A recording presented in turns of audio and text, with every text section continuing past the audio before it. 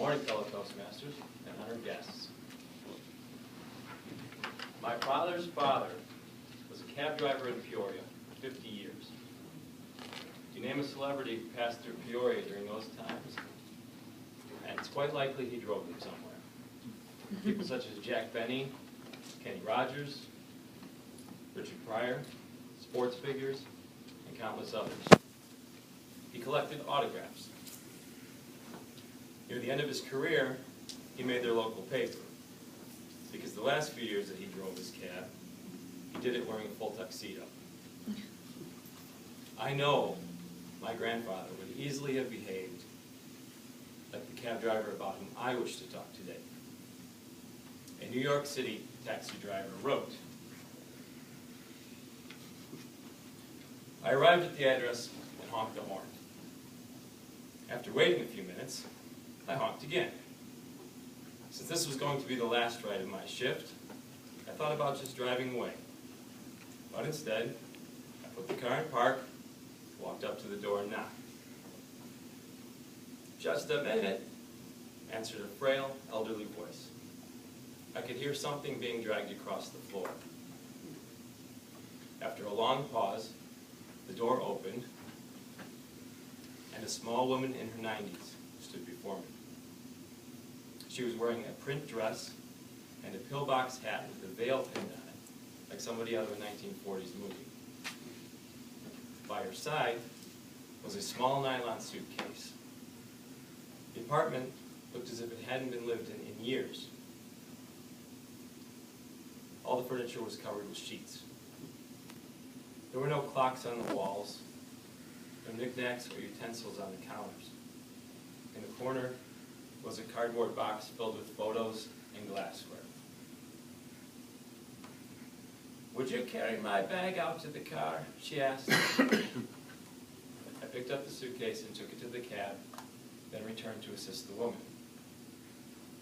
She took my arm, and we walked slowly toward the curb. She kept thanking me for my kindness. 'It's nothing,' I said. 'I just try to treat my passengers the way I would want my mother to be treated.' 'Oh, you're such a good boy,' she said. When we got in the cab, she gave me an address, and then asked, 'Could you drive through downtown?' 'It's not the shortest way,' I answered quickly. 'Oh, I don't mind,' she said. 'I'm in no hurry. I'm on my way to a hospice.' I looked in the rearview mirror. Her eyes were glistening. 'I don't have any family left,' she continued in a soft voice. 'The doctor says I don't have very long.' I quietly reached over and shut off the meter. 'What route would you like me to take?' I asked. For the next 2 hours, we drove through the city. She showed me the building where she'd once worked as an elevator operator. We drove through the neighborhood where she and her husband had lived when they were newlyweds. She had me pull up in front of a ballroom. She had me pull up in front of a furniture warehouse that had once been a ballroom where she'd gone dancing as a girl. Sometimes she would ask me to slow in front of a particular building or corner and would sit staring into the darkness, saying nothing. As the first hint of sun was creasing the horizon, she suddenly said, 'I'm tired. Let's go now.' We drove in silence to the address she'd given me. It was a low building, like a small convalescent center, with a driveway that passed under a portico. 2 orderlies came out to the cab as soon as we pulled up. They were solicitous and intent, watching her every move. They must have been expecting her. I opened the trunk and took the suitcase to the door. The woman was already seated in a wheelchair. 'How much do I owe you?' she asked, reaching into her purse. 'Nothing,' I said. 'You have to make a living,' she answered. 'There are other passengers,' I responded.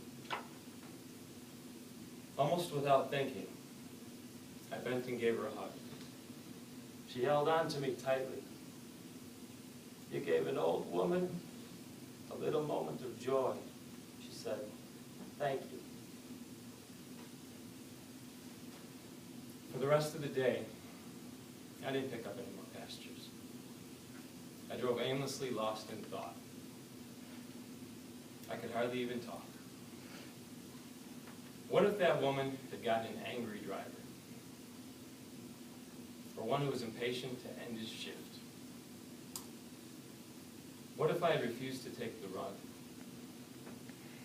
Or had honked once, then driven away? On a quick review, I don't think I've done anything more important in my life. We're conditioned to think that our lives revolve around great moments. But great moments catch us unaware, beautifully wrapped in what others may consider a small one. Mr. Toastmaster.